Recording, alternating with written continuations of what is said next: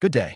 In this presentation, I will explain how Port State Control Officers, PSCO, and Flag State Control Officers, FSCO, work together at Penang Port, both of whom are officers from the Malaysia Marine Department, and how the Malaysia Marine Department ensures that every ship entering Malaysian waters operates safely, securely, and in full compliance with both national laws and 31 international maritime conventions out of 69. Penang Port handles a variety of vessels, including both Malaysian-registered ships and foreign-flagged ships. To maintain safe seas and reliable shipping, Malaysia enforces two key inspection systems: Port State Control, PSC, for foreign ships, and Flag State Control, FSC, for Malaysian flag vessels. Both of these inspection systems are administered by the Malaysia Marine Department. PSC are within the framework of the Tokyo Memorandum of Understanding, Tokyo MOU. This is a regional agreement among 22 Asia-Pacific member states, including Malaysia, Singapore, Japan, China, and Indonesia, that harmonizes port inspections and promotes safe, secure, and environmentally responsible shipping practices, while the Flag State Control are under the Malaysia Marine Department FSC system. Globally, there are 9 major port state control regimes, each established through a regional MOU to ensure consistent ship inspections, strengthen maritime safety, prevent pollution, and eliminate the operation of substandard ships. Among these regimes, the Tokyo MOU stands as one of the most influential, overseeing PSC activities across the Asia-Pacific region. Port State Control plays a critical role in ensuring maritime safety, environmental protection, and fair competition in the shipping industry. Within this region, these responsibilities are carried out under the Tokyo MOU, a cooperative framework established by maritime authorities specifically to combat the operation of substandard ships. Malaysia's role is firmly embedded within this international framework. As a full member of the Tokyo MOU since 1994, Malaysia implements PSC through the Marine Department Malaysia across major ports such as Port Klang, Penang Port, Johor Port, Kuantan Port, and Bintula Port. Situated along the strategically vital Strait of Malacca, one of the world's busiest shipping routes, Malaysia carries a heightened responsibility to prevent the entry and operation of substandard ships. Malaysian PSC officers conduct inspections in accordance with Tokyo MOU procedures, verify vessel documentation, assess operational safety, evaluate living and working conditions under the Maritime Labor Convention 2006, and detain ships that present hazards to safety or the environment. In addition, Malaysia adopts the new inspection regime, NIR, utilizes the Asia-Pacific Computerized Information System, APSIS, for real-time data sharing, and participates actively in Tokyo MOU training and committee meetings. Through these efforts, Malaysia upholds international maritime standards, enhances port safety, protects its marine environment, and contributes to the overall stability and safety of regional and global shipping. Before diving into the procedures, let's first take a look at the key players that make this system work. First, the shipowner or master is responsible for the vessel's seaworthiness, maintenance, and crew competence, and also communicates with the authorities as needed. Next, the local licensed shipping agency acts as the liaison between the vessel and the port authorities, managing documentation and clearances, and every agency in Malaysia must be licensed by the Royal Malaysian Customs to provide ship and cargo agency services. Finally, the Malaysia Marine Department is the sole authority in Malaysia empowered to perform both PSC and FSC inspections, thereby ensuring compliance with maritime law. Let's break down the differences between PSC and FSC. Under Section 123(1) MSO 1952, the Director of Marine or any authorized officer may enter on board and inspect any ship while it is in any port in Malaysia or within Malaysian waters. If, after the inspection, he is satisfied that there is a contravention of any provision of this ordinance or any rules made under this ordinance, the Director of Marine or the authorized officer may detain the ship. Under Section 123(2) MSO 1952, the Director of Marine or any authorized officer may allow the detained ship under Section 123(1) to leave any port in Malaysia or Malaysian water for the purpose of continuing its voyage upon rectification of the defects or upon assurance by the owner to rectify the defects of the nearest port, to the satisfaction of the Director of Marine or any authorized officer. The purpose of these provisions is to ensure that the vessel does not proceed to sea until all deficiencies are rectified. Under PSC, the Port State Control Officer, PSCO, inspects foreign vessels visiting Penang Port. They verify compliance with the 31 international maritime conventions ratified by Malaysia as of September 11, 2025. These highlighted 31 international conventions were ratified by Malaysia as of November 11, 2025. Under FSC, the Flag State Control Officer, FSCO, will inspect Malaysian-registered vessels to ensure they comply with both international conventions and domestic laws, such as the MSO 1952. Before boarding a foreign vessel, a PSCO will check the APSIS, which is a shared inspection database under the Tokyo MOU. The APSIS Officer Portal is used by the Malaysia Marine Department, while the public APSIS Portal is for ship owners and the public to view general PSC data. To enhance consistency and fairness, the Tokyo MOU applies the new inspection regime, NIR, which classifies ships' risk into high-risk, standard risk, and low-risk categories based on factors such as ship type, age, flag performance, company performance, and inspection history. These categories determine the inspection frequency, ranging from 2 to 4 months for high-risk ships to 9 to 18 months for low-risk ships. This enables authorities to allocate resources more efficiently and to focus on vessels that pose greater operational risks. Enforcement is further supported by the APSIS, a centralized database that shares inspection information, detention records, and ship risk profiles among member authorities. Through APSIS, inspectors check each vessel's risk profile and its window inspection range, WR. That if a vessel is eligible, which means it falls outside the window inspection range, at least 2 competent PSCO can board the ship for an inspection. If a vessel is not eligible, but clear ground deficiencies are visible from the vessel's exterior, at least 2 competent PSCO can board the vessel for inspection. If any clear ground deficiencies are found during the inspection, the master of the vessel will receive an official inspection report detailing the deficiencies, along with an action code that specifies a time frame for the rectification of each issue. If the vessel has an action code of 30, indicating a detainable deficiency, the PSCO must inform the port officer to obtain approval before detaining the vessel, following the deficiency code guidelines issued by the Tokyo MOU.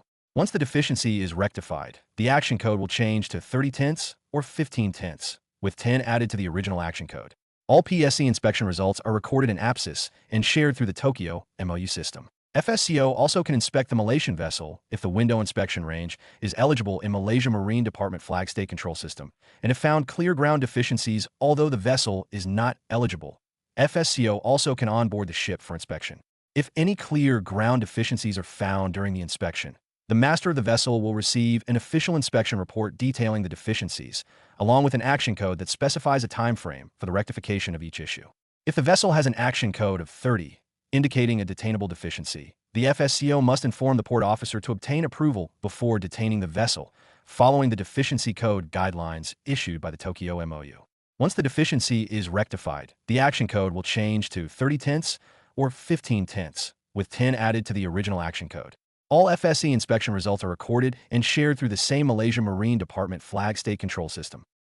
Any person who, without reasonable excuse, refuses or fails to comply with the requirement to facilitate the boarding of a ship or entry into premises, provide information, or produce any required documents such as the Maritime Labor Certificate, official logbook, or any other relevant documents as mentioned in Section 122(2) MSO 1952, or who makes a statement that is false or misleading in a material particular regarding any facts or circumstances of the case under investigation, as specified in Section 122(4)(b) MSO 1952, commits an offense. Upon conviction, the person shall be liable to a fine not exceeding 50,000 ringgit, imprisonment for a term not exceeding 2 years, or both, under Section 122, MSO 1952. To improve the exchange of information regarding PSC inspection to Malaysia flag vessels, the MSN 49/2008, titled Correction of Deficiencies Found in PSC Inspections, requires all masters, owners, operators, and recognized organizations, RO, of Malaysian flag vessels to report immediately to the Malaysia PSC unit all the PSC inspection reports whenever deficiencies are identified during PSC inspections. Importantly, this procedure must be included in the vessel's International Safety Management (ISM) manual. The corrective actions to the deficiencies taken by the operator or RO must be documented and submitted promptly to the Malaysia PSC unit. Further, MSN 36/2010, Port State Control Detention, emphasizes accountability and enforcement. It states that if a Malaysian flagship is detained abroad under the Port State Control Inspection regime due to serious noncompliance, the Registrar General of Malaysian ships may suspend or cancel the ship's certificate of registry. Additionally, if evidence shows that a surveyor failed to detect deficiencies that were later found by PSCOs, the surveyor's authorization may be revoked or suspended. These provisions aim to preserve the integrity and credibility of the Malaysian ship registry across all major MOUs, including the Tokyo, Paris, and Indian Ocean MOUs. Together, MSN 49/2008 and MSN 36/2010 ensure a closed-loop compliance system in Malaysia, where deficiencies are not only identified but also corrected, verified, and tracked, thereby safeguarding the operational quality of Malaysia's maritime fleet. According to Section 81, MSO 1952, any owner of a ship who fails to comply with the MSN issued by the Malaysia Marine Department will be liable to a fine not exceeding 25,000 ringgit for each ship. What is maritime casualty?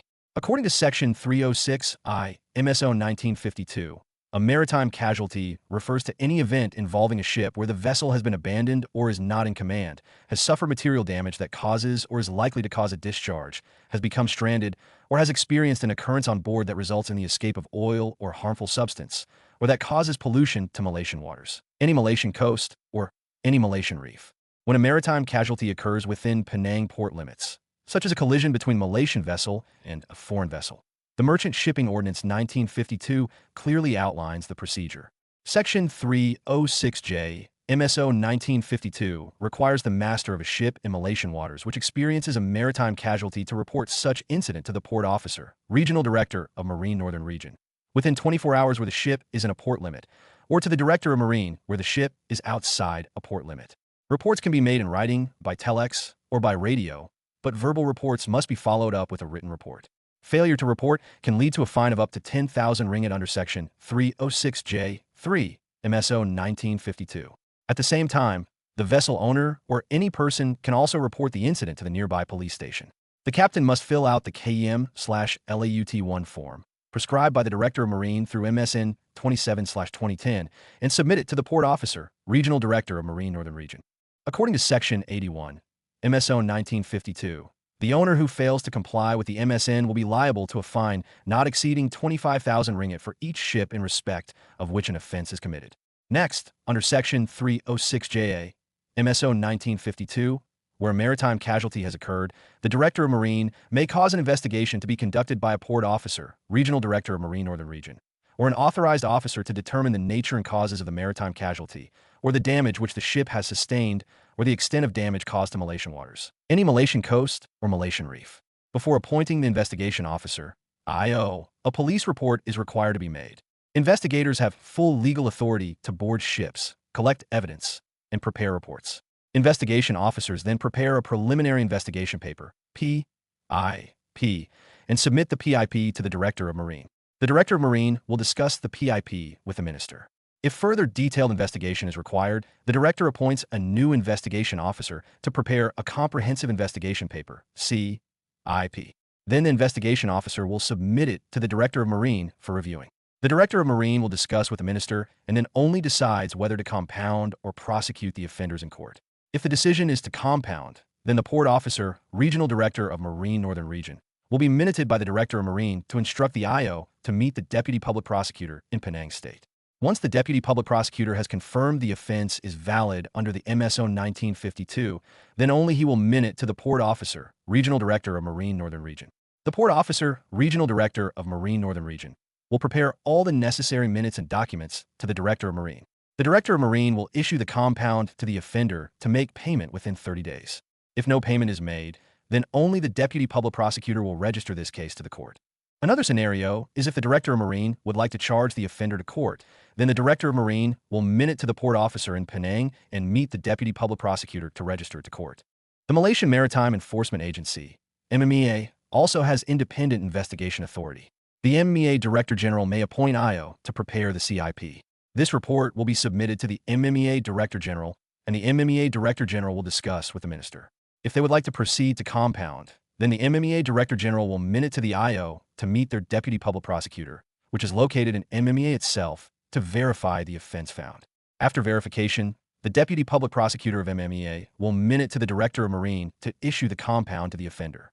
Another scenario is if the MMEA Director General would like to charge the offender to court, then the MMEA Director General will minute to the IO in Penang and meet the Deputy Public Prosecutor to register it to court after verification by the Deputy Public Prosecutor of MMEA.